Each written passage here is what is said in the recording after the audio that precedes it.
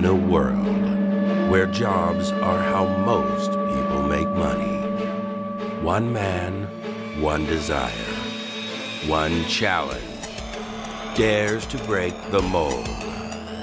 Welcome to the Old Dogs REI Network, where we don't work for money. Money works for us. Coming soon. Viewer discretion advised.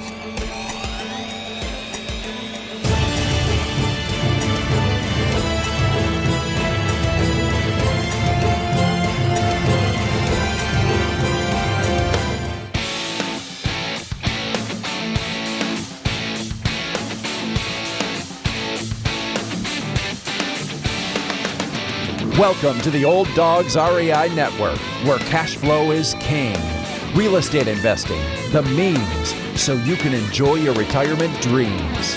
This is the show where we cut right to the chase. No sales pitch, no long monologues, just simple how-to real estate investing advice, so you can earn the passive income you need to enjoy your retirement today. And now, your host and chief old dog, Bill Manacero. Welcome to the Old Dogs REI Network. I'm your host, Bill Manacero, and this is the show where 50-plussers and anyone else who wants to join us get solid, no sales pitch real estate investing advice to help generate real cash flow. This podcast airs twice weekly on Mondays and Fridays, and if you aren't already a subscriber, go to iTunes or Apple Podcasts, type in Old Dog, spelled D-A-W-G-S, find our podcast and subscribe. Well, we got a fun show for you today. We are talking to a friend down under. I'm talking about Alicia Jarrett. And Alicia is a passionate and driven global real estate investor based out of Australia, conducting deals in the USA. She co-owns multiple businesses, including Global Citizens Holdings, Inc., Land Scouts, Supercharged Offers, and Wilda for Women in Business. Focused on leadership in business and investing in land, her business ventures provide efficient real estate marketing and world-class data solutions, which assist other real estate investors to digitally transform their business for increased results. Well, Alicia, welcome to the Old Dogs REI Network. Hey, Bill. Thank you so much. It's been a bit, for those listening, Bill and I have already been talking for about half an hour sorting out tech issues, but that's been great because it's been a fun start, Bill. So thanks so much for having me. Oh, it is totally my pleasure, and my apologies. You know, I'm relocated to to a place that's supposed to have the fastest internet in the world, actually a little south of us in Chattanooga.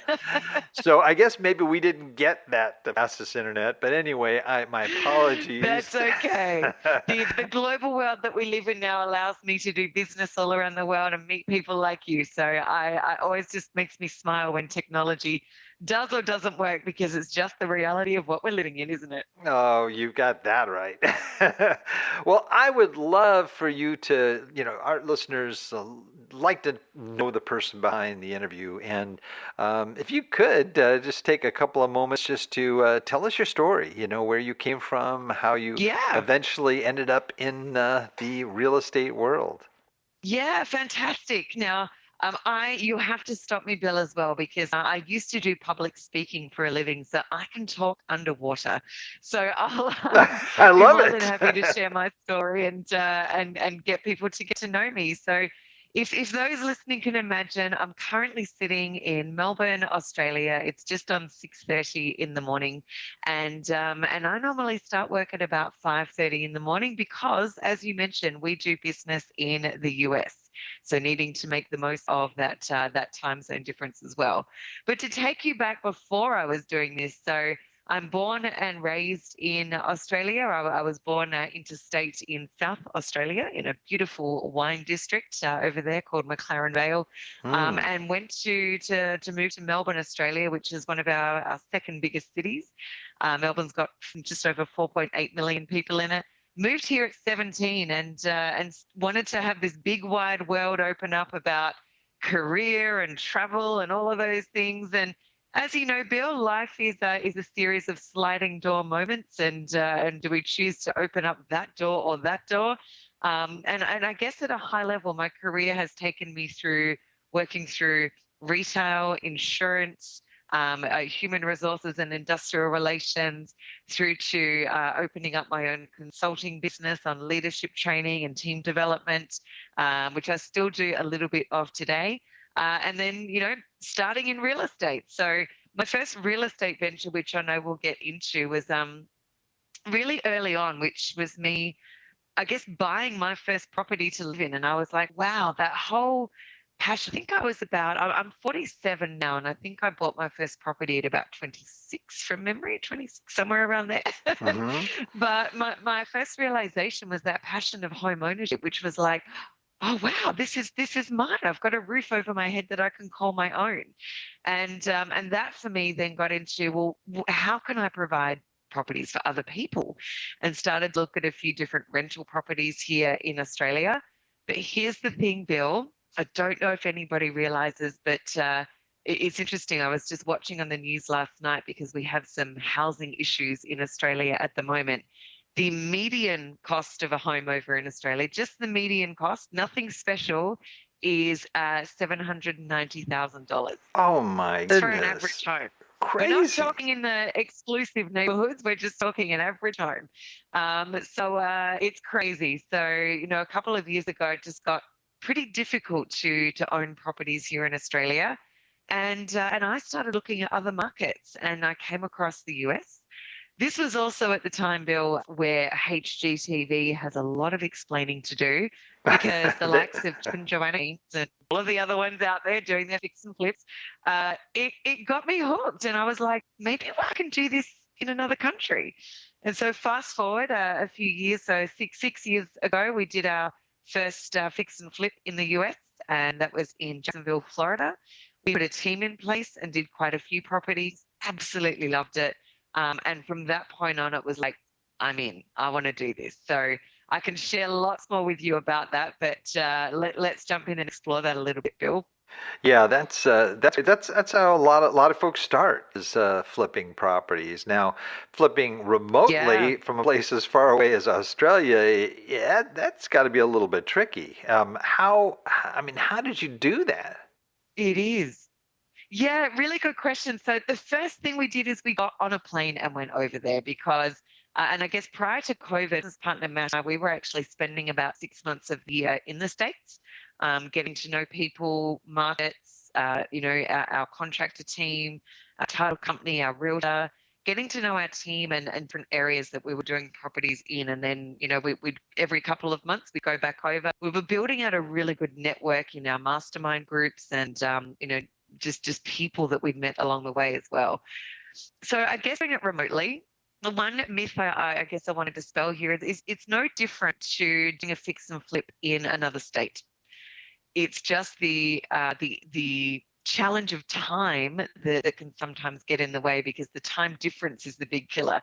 But as long as you've got the team in place, you've got somebody who can be your boots on the ground in your location, it's really no different. It was about checking out the properties, making sure the numbers made sense, making sure there was a plan in place for that property, an exit strategy, and then implementing that strategy. And for me, I think the mindset for us is it's no different no matter what location we're in. The same principles still apply. However, Bill, there's a big however here. That's yeah. Our last property, our last property that we did in the US was one that was fraught with problems. Last property being fix and flip is what I meant there. So we put a strategy in place. Everything that could go wrong did go wrong. We had problems with contract teams. We had problems with theft and break-in. We had problems with the market shifting. Anything that could go wrong, it happened. It was pretty stressful at the time. But I now look at that as a blessing in disguise, because that forced us to really look at our overall business strategy. And that's when we changed asset classes. We went from fixing and flipping houses to vacant land. And so we've now been trading and working with vacant land for coming up 5 years, and haven't looked back, Bill. It's been a much easier asset class to work with, and less stressful, less problems, and just as much profit, if not more. Wow. Okay. Well, we want to dive into that, but before we do, I wanted to take a look at markets. Now, were you flipping houses all over the place, or did you stay in Jacksonville? We stayed in Jacksonville. Yeah, and the main reason why we did stay there is because we had a team in place. We ended up with a pretty good team of contractors. Our realtor who was helping us out with deals, he was our boots on the ground. He even helped us out on demo day with some of our properties. So really hands-on. Our title company's there, our probate attorney's there. So it just made sense to stick with that one market because then you get to know the market. And so we did stay in that market. We've now branched out. When we're doing vacant land, it's now everywhere. But when we were just doing our fix and flips, we stayed in that one market because it is about, particularly when you're doing houses, Bill, it is about building that team and making sure you've got that team there to support you in all of your properties. So that's why we didn't go out of Jacksonville when we were doing houses. However, since then, we now do land all across Florida. We haven't gotten out of Florida yet, but we've got in our marketing business, we've certainly got a lot of customers that do properties, all types of asset classes all across the US. So we get to see lots of different success stories out there as well. Well, share with us your process. I mean, obviously making that's a big transition, finding a home and, coming up with, what the actual value would be after you renovate and so forth. Those I think a lot of people can grasp, but raw land, just buying raw land, how do you know where to find it? What are you looking for characteristically, and Yep. what and then how do you find buyers? And is that a quick process? Is it as quick as flipping? So let's jump in and talk about the vacant land process because, as you said, Bill, a lot of people know how to look at properties and an ARV for after repair value or after rehab value, but land is a blank canvas and it often doesn't have the same characteristics as a fully developed property. But in essence, the process is actually pretty similar. So we still go, everything in our business is data driven. So we're looking at certain markets where there's a decent amount of buyer and seller activity, where there's land that can potentially be either developed, built on, used for recreational purposes. So what are people buying and selling in certain markets? So we know what land is being sought after. We then take that data. We're doing marketing to those people just as you would to try and get an off-market property, Bill.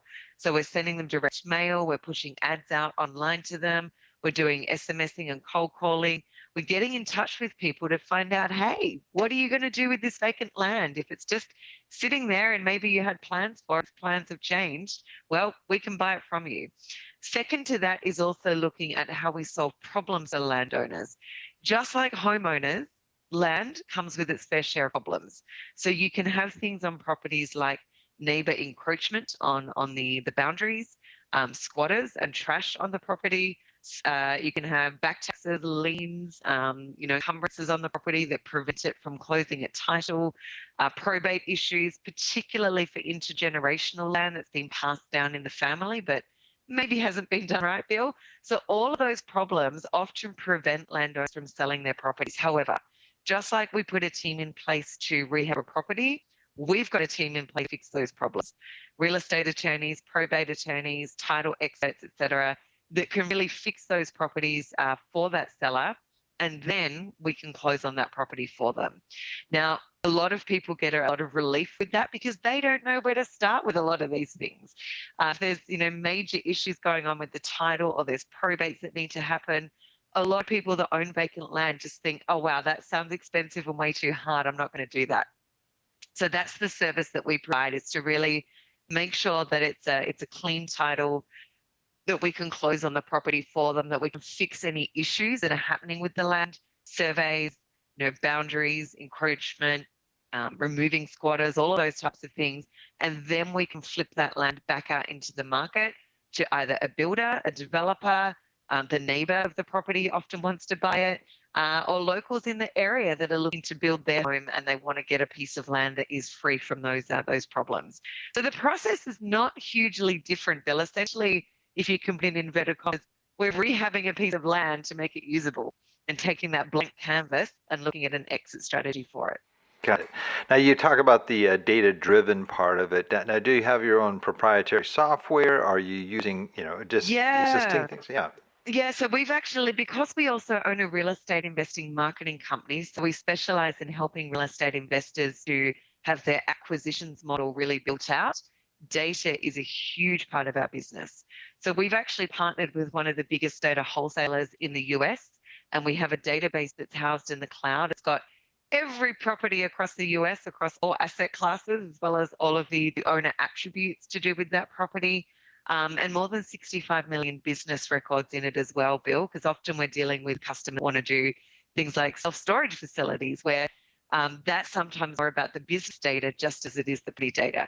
So we go and have a look at that data, and what we'll look at is to say, okay, in a particular county, first of all, how many vacant pieces of land have been transacted in that county over the last 12 months? So what's the ratio of buyer and seller activity? We'll then have a look in that county as to what types of land is currently available. So is it a county that has a lot of agricultural property, infill lots that's residential, timberland where we can have a different exit strategy for? We'll then go and pull that data and we'll put it through a number of steps of cleansing that data and getting that data ready to be used for marketing. The big thing that we often look at in our business, Bill, is that access to the data, but making sure the data is usable. I know a lot of real estate investors out there that will go and pull a list from, say, a data tree.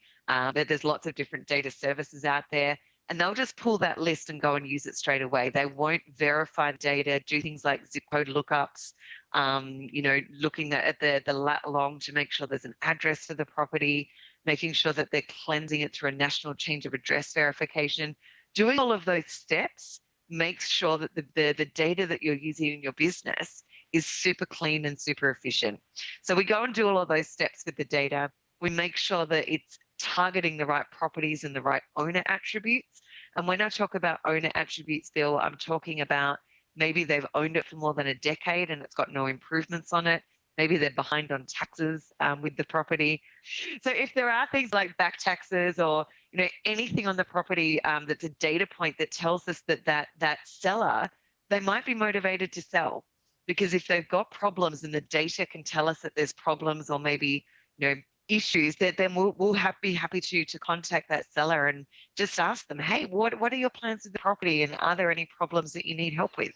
Okay, so it's not too dissimilar from flipping, where you're looking for distressed owners, maybe a divorce or Correct. maybe a inherited property or what have you. So, okay, so those are some of your key, pain points or what have you, maybe you zero in on, which is great. And are there certain types of properties that are, much more desirable than others?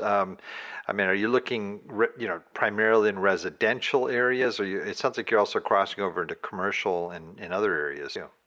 Yeah, we pretty much look at all types of properties, Bill, but obviously the most desirable ones are the ones that don't have a huge amount of problems, right? Right, Because right. they're easy to buy from the seller. They don't want the property anymore, so we can buy it from them for cash. We'll do a good deal for them, and then we'll make use of that property by trying to find an end user, or we might subdivide that property ourselves if it's a larger property, and split that up into smaller lots.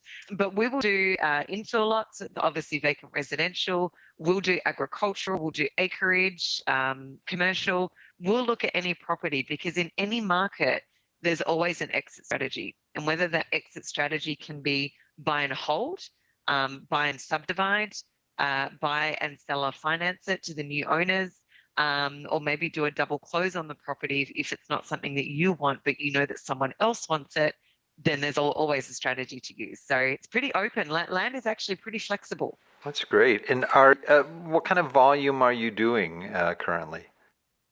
Yeah, it depends on how busy we are in other businesses as well. But we'll typically look at having an inventory of anywhere between 10 to 20 properties at any point in time, and wanting to close on average somewhere between 5 to 10 deals per month. That's our ideal state. There have been times that we've had twice as much as that. And there's times like in the last 6 months, Bill, where we're filming this now and it's October 2022. 6 months ago, we were selling properties within days and we were running out of inventory. So, Wow. it's been a great year this year for dealing in vacant land. But at the moment, holding on to a few more because the market's, it's slowed down a little bit. This whole talk of recession and inflation and things like that, people are being a little bit more cautious at the moment. Sure, no, that's understandable. Getting into this, okay, and I would imagine you encountered some challenges, maybe made a few mistakes. What sort of biggest mistakes that you might have made that you really learned from? Oh, there's quite a few, Bill, and I always look at them as opportunities, right? Same Because here. Oh, yeah. yeah, Positive it's how things, do I we think. get better? There's lots, but why not share with you that we did last year? And I say this because last year, we were 5 years into doing this and we still make mistakes. And I guess the thing to really reassure your audience of is we're always growing and we're always learning. So last year we did a huge marketing campaign. We wanted to look at properties that were 1 acre and above in Polk County, Florida. And we said, okay, let's make sure that our data, 1 acre and above, it's people that have owned these properties for more than 5 years. There's no improvements on the properties, looking for our motivated sellers, etc. And we pulled our data and we were fantastic. Let's get that out. We didn't do, and this is a step that we always do, but somehow in our process we forgot to do it, is we didn't look at the minimum value of those properties. So we looked at minimum size, but we didn't take out, what we should have had is minimum value, say 10,000 and above, because we only want properties that say, have street access or in a more of a neighborhood area or perhaps a better property. We forgot that one step. We sent out thousands and thousands and thousands of mailers to people who had 1 acre and above. They met all the criteria, but their properties were valued at $300, $400, $500. And Oh, so we man. got all these wonderful people contacting us going, yeah, I want to get rid of my property because there's nothing I can do with it. And when we looked at them, they were either in the middle of nowhere, in a swamp, in a wetlands. And we were like, oh no, that one step that we forgot to do. But what it did do is it helped us to tighten up our processes and procedures. And it also helped us to build some relationships with some sellers that they had not just that property, but they had other properties that they wanted to get rid of as well. So we still managed to do deals, but it just goes to show you that, we're all human in this business. And sometimes skipping a step can have big impacts. Oh, yeah, you're telling me. Yeah, those are the kinds of things I think that you really to me that's where the real education is sometimes making that big Yeah, mistake and then finding a way to work around it and then actually things turn out a little bit better than you had sometimes, before. yeah. Yep, agreed, agreed. What did you implement when you started doing this that just turned out to be a super, home run, so to speak? It has really worked well for you throughout this process. Yeah. I think two things I'll answer there. One is our realtor, and I'm going to do a shout out to him. His name is Michael Cassidy. He is based in Jacksonville, Florida. He has been with us, Bill, since our very first deal. So he now helps us out with all things to do with vacant land, and he helped us out with all of our houses for our fix and flips too. He is an integral part of our team. So I'd say one of the biggest things is for any real estate investor out there, think about who you have on your team and who can be a real joint venture partner. And having that in place has been just a huge benefit for us and for him because we feed deals his way. And looking at those partnerships. So for me, the biggest thing, number one, have a really good partnership in place. Now we've got other partnerships too with our title company and probate attorney, but Michael, as our realtor, he's like family. The second thing is to make sure that you are always marketing. So one thing that we didn't do early on is get consistency with how we were doing deals. We would do some marketing, get some deals, and then scramble like crazy, like a duck on water, scramble like crazy to get rid of those deals and get the return on investment. And then we turned back to our pipeline and it was empty. And it's like, oh, hang on, this is not working. This whole stop, start feel to our business just wasn't efficient. So one of the best things that we did early on was implement a marketing system where we are always marketing on the acquisition side, which means our pipeline always has leads and potential deal in it. That is one thing that a lot of real estate investors don't do. So that enabled us, Bill, to go on and implement our second business, which is called Supercharged Offers. And that is helping other real estate investors overcome that same problem as well. always keeping that pipeline full. That's great. Now, with with that in mind, as you're talking about, this sort of marketing machine that's going at all times, creating a sort of a funnel, right, of good deals to you. Are you doing this all out of Australia? Do you have virtual assistants? Do you have people in the States that are part of that marketing machine? Yeah, all of the above. So, So- yes, we're based here in Australia. I guess two things. So, for our land business, we've now got our land business to the stage that I hardly ever speak to our sellers or our buyers. We do have a team of customer service people in our business. There's three of them. They're based in the Philippines, but they have been with us for over 3 years.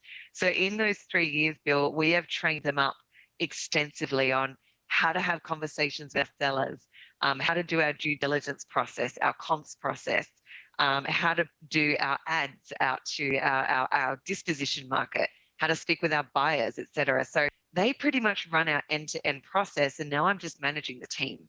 So the good thing is, you can do this business from anywhere in the world, and I'm living proof of that. For our marketing business, though, when it comes to so Land Scouts is our land business, supercharged. So yeah, in addition to our land called Land Scouts, we've also got the supercharged offers business. And yes, we're in Australia doing that. We actually have customers, Bill, all over the world, all doing deals in the US. So we've got customers now over 12 countries. A lot of them are in Europe and Asia, South America, Australia, all doing deals in the US, which is pretty amazing because it makes me feel like I'm not the only one. But Wow. the team that supports the supercharged offers market business, we've got people in Australia, the States. We've got content writers, designers, developers, data experts, all across a number of different countries. So that's pretty cool. Our businesses are truly global, and as long as we've got a laptop and a phone, we can do business from anywhere, Bill. That's awesome. That's awesome. Now, since we're zeroing in on your businesses here, maybe you can just kind of touch on each. I know there's a Yeah. Global Citizens Holdings, Land Scouts is the one we've been talking about, Supercharged Offers we just addressed, and then Wilda. So maybe, if you could touch on the ones we haven't touched on, just to see how they tie Yeah, in. sure. Sure. So Global Citizens Holdings Inc., that's our corporation that has a number of our LLCs under it where we trade all of our properties. Okay. And also where we have some investors that work with us on deals as well. Land Scouts is purely our land business. So that's our branding for where we buy and sell and transact in vacant land. Supercharged Offers is obviously our marketing business, which is great. Wilda is another project of mine over here in Australia, which is Women in Leadership and Development Alliance. I am very, very passionate about women in business, and that's another business where I go into different organizations, and particularly women who are in male-dominated organizations. So we call it STEM over here, which is science, technology, engineering, and maths. Yeah, we have that Where here we can too. go in and yeah, perfect. Where we can go in and help promote women in those industries. So I do some different training and consulting in that space as well. So yeah, still love to do a whole bunch of things, Bill. Never a dull moment. That's exciting. That's exciting. And what is looking at your businesses and where you're going? What do you, when you look forward and you look 10 years, 20 years down the road, what Yeah. excites you about the future? Oh, there's so many things that excite me about the future, but what excites me the most is helping other real estate investors be successful. So as we keep growing our real estate marketing business, our customers are growing with us, and that's enabling us to add more products and services that are really, I guess, bucking the trend of how real estate investors have traditionally done business. So that whole growth of using data-driven systems, using more apps, using different technology to bridge that gap between real estate investors doing from hobbyists into real businesses. It is super exciting. So I'm really, really, really super excited about hearing where that goes, Bill. Already I can see some changes that we've implemented across how we do business. So, real estate investing is huge in the US, and yet we're doing that data that people are telling us that no one else is doing. So how we are running sales reports and analysis and looking at different market segmentation, and we're using data to help come up with offers in our business for our customers. We get told on a daily basis, people just see what we're doing and go, okay, wow, no one else is thinking that way. So I get super excited when I hear that, because that for me opens up a whole range of opportunities of how we help people be successful. Oh, that's awesome. Well, as you know, our audience are folks that are, 50 years of age and older, although we have a lot of younger people listening, but our target audience is really the 50 plus group that are either approaching retirement or they're already in retirement. And speaking to that group, what you do in your various businesses, what would you advise these folks that are looking at real estate as a means to be able to sustain their retirement, to generate cash flow, to kind of grow their nest egg and so forth? What kind of advice would you give to those folks? Yeah, a really good question. I love that. And it's funny because I'm 47 years of age, and I'm not too far off 50. So, Not and quite in the old when I dog think about the category yet. word retirement, I'm like, oh, that's so far in advance. But what advice would I give? Okay, first of all, I would say look at an asset class that makes it easy for you to do deals. So vacant land for me is definitely one of those, because it's far less stressful, and less things needed in order to do that. Also look at your exit strategy, one for cash flow and two for capital growth. So vacant land is fantastic for cash flow if you want to sell or finance it. And it's actually very easy to do. You become the bank where you buy the vacant land and the new owner pays you back over time. And it's very easy to set up a seller finance agreement with vacant land, or even set up a lease purchase agreement where you get that cash flow coming in on a monthly basis. Secondary is obviously using land to create capital growth. So taking a lot that is an acre and splitting it into four quarter-acre lots, keeping one for yourself, selling off the other three.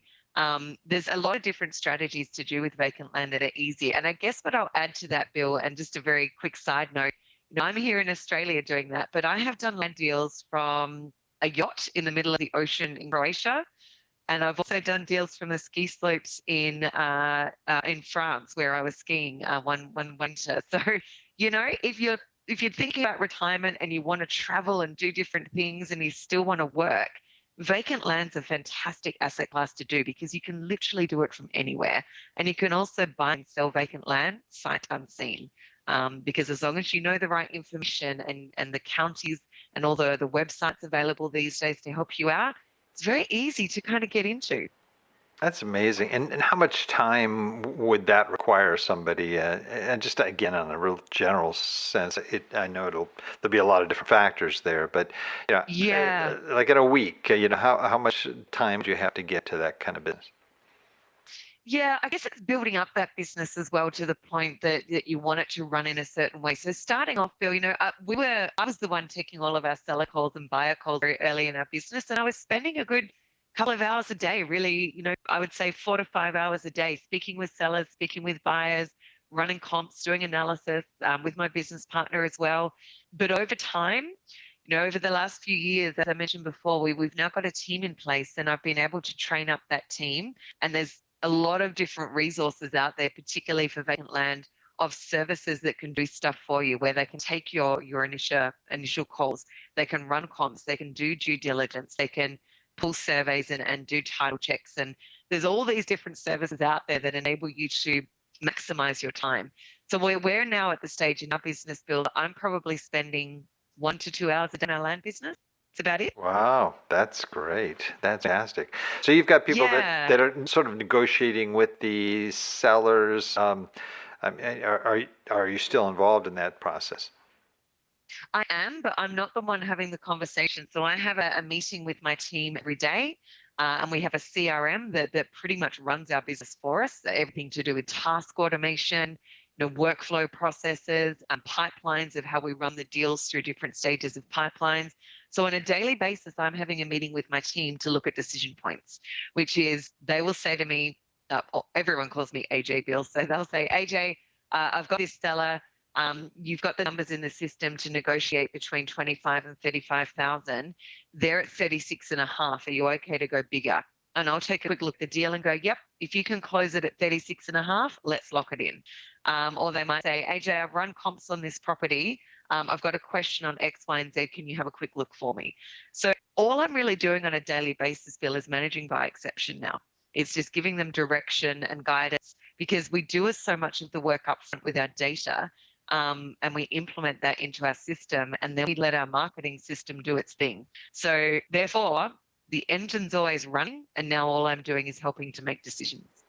Now, are those resources available to your customers that are? Yeah. Oh, okay. So they could tap Yeah. into So that as well. Okay. absolutely. So with supercharged offers, we can actually manage everything from their data, their direct mail, their online marketing. We can help with their skip tracing and SMS. So we can do everything for the real estate investor because what we want them to do, Bill, is focus their time on what makes them money, which is speaking with sellers, speaking with buyers, and transacting deals.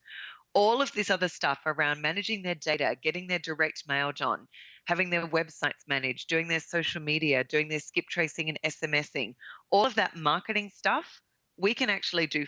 You could do the SMS for them and help them with the back end marketing. Is that? Correct. Sounds like it's a great, be a great way for a person to go. Especially there's no shortage of land in the United States here, and I'm sure that there's a ton of great markets. Do you recommend that people find a market that that they might be more familiar with, or that they're nearby, or does that not even matter? It really doesn't matter, Bill, but I guess everyone's got their different comfort level around these things. I mean, we've done lots of markets that we've never been to, never seen. But a lot of people do start in their own playground, so to speak. So looking at the county that they live in and getting to do a few deals under their belt to really build up their confidence, their systems, their processes around things. And once they get that confidence, we then find that a lot of people go, all right, well, if I can do this in my own county, how about I do it in another state? Well, we are at a section right now we call our Wrap It Up, where I ask you a series of quick questions, kind of like a lightning round, and you share resources that have been of value to you. Are you up for wrapping it up here? Yeah, let's wrap it up, Bill. All right, you got it. Favorite real estate book? So it's not going to be a real estate book per se, but it is a book that I loved reading a little while ago. And it's called The Magic of Thinking Big by David J. Schwartz. And this was really helpful in us going from, hobbyist into, well, how can we take this business and make it a real business? So everything in it did actually relate to real estate in a way because it was about, overcoming that fear of failure, i.e. jump in and do a deal and just do it anyway. Really looking at the future vision of what we want our business and our life to look like, being a leader in that space, and thinking a bit creatively about things as well, which you kind of have to do when you're in another country. So great book to recommend for a lot of people. Excellent. What about just a favorite general business book? Yeah, there's a number of them, but one of them that I've talked about a lot is called The E-Myth by Michael Gerber. Yeah. And that's really about the entrepreneurial myth and thinking that you need to do everything yourself and that, just because you're good at one thing doesn't mean you're going to be good at running a business in that thing. And that's a great book to really understand where your strengths lie and what you might need to look to, systematize, automate, or outsource. Excellent. How about a website that you use on a regular basis that's just been invaluable for you and your business? Yeah, there's so many to choose from, but one of the ones that we use a lot is one called mapwise.com. Mapwise is a fantastic, because we do deals in Florida, fantastic resource to really have an in-depth look at properties across Florida and all of the attributes to do with those properties. It helps my team and myself to really run our business effectively. That's great. MapWise, huh? W-I-S-E? Yeah. Excellent. Correct. How about a favorite app on your phone that you just can't go without? There's so many of them, but the one, probably the one that's the most relevant is it's a free one, and it's called Time Buddy. Now, this is a lot of people, it's not going to be relevant if they're in the US, but I'm dealing with people across 12 different countries, sometimes more than that. So this app allows you to line up your current day and time, and even into the future, and go, so who am I calling and where are they based and what's the time that it is for them? Because that on a daily basis is something I need to check. Oh yeah, that's huge, especially where you're. I mean, wow, that is that's a great one to know. How about a favorite quote? It's something that we use in a business all the time, and it is that done is better than not done. And I think sometimes in business, we tend to try and strive for perfection. But then if we're doing that, we often never get things done. So we say, if it's done, done is better than not done. And then we can always look to iterate, improve, increase from there. Great. And our final question here, if you lost absolutely everything, all your assets, and you had to start over, knowing what you already know, and you only had $1,000, I don't know, I guess it would be 1,000 Australian dollars, but okay. We'll go US dollars. US dollars? That's always better. Okay. That's right. what we trade in. So. All right, there we go. What would you do to relaunch your real estate investing business? I'd market. I'd use it towards marketing to try and get deals. I'd take that $1,000. I would find a real niche area that I wanted to do deals in, no matter what asset class I was in, and I'd use that $1,000 to try and find deals. And I'd take that $1,000 and try and turn it into 1,000. Then I'd take that 10,000, take a little bit of profit out, take maybe 5,000, use that 5,000 for marketing, find more deals. Turn that 10,000 into 50,000. So that's exactly what I do. Awesome. Great. Well, I am sure that there are a lot of folks listening here that want to find out more about what you do, especially, how it may pertain to them. What's the best way for folks that want to reach you and find out about your business? Yeah, sure. They can just drop me an email. So it's Alicia, it's spelled Alicia at superchargedoffers.com. They can also give my team a call to book a call with me, which is 888-538-5478. Or they can just jump onto superchargedoffers.com. We've got some free resources on there, Bill. We've got a business growth plan that people can fill in about understanding the strategy of their business, what it is that they want, as well as an ebook on both print and digital media when it comes to real estate investing. So lots of things on there, and I'm more than happy to speak with anyone at any time. Wonderful. Well, Alicia, this has been very, very beneficial. I'm sure a lot of people listening have got some knowledge, some great ideas here, but hopefully, a pathway for them to move forward. So I am looking forward to share that information with everybody. And but this tradition here, we are called the Old Dogs REI Network here, and all of our guests get the joy of closing us out with their best old hound dog howl. Now, it'd be a dingo for you. I don't know, but you just got to give us your best on howl here that can close out. I'd love to. You know what's funny though? I've got cats. I don't have dogs. I'm sure I'm about to make this noise and my cats are going to freak out. But here goes, Bill. It's going to sound like actually, I don't know what it's going to sound like. Let's just go for it. But I'd do more like a oh, that was good. That was a good one. Oh, wow. Well, this has been so great having you on. Great information. Thank you for being our guest here. Thank you so much, Phil, and thanks to everybody who tuned in. Really appreciate your time. Well, we appreciate you, and I also want to thank all our old dog listeners out there for joining us. I know there's a lot of other things you could be doing right now, but the fact that you've taken the time to join us means a lot, and we really appreciate it. Please note, everything presented here today can be accessed in our detailed show notes on the Old Dogs website at olddogsreinetwork.com/blog, and look for the episode with Alicia Jarrett. Well, that's the show for today. Thanks for listening. Remember, cash flow is king and real estate investing the means. Until next time, keep moving forward and may God bless. Thank you very much for visiting the Old Dogs REI Network. We would greatly appreciate if you would stop by iTunes and let us know what you think of the show. We would love if you could subscribe to the podcast, give us a 5-star rating, and write a review. The more ratings and reviews we receive, the more visible the podcast will be to others. Thank you.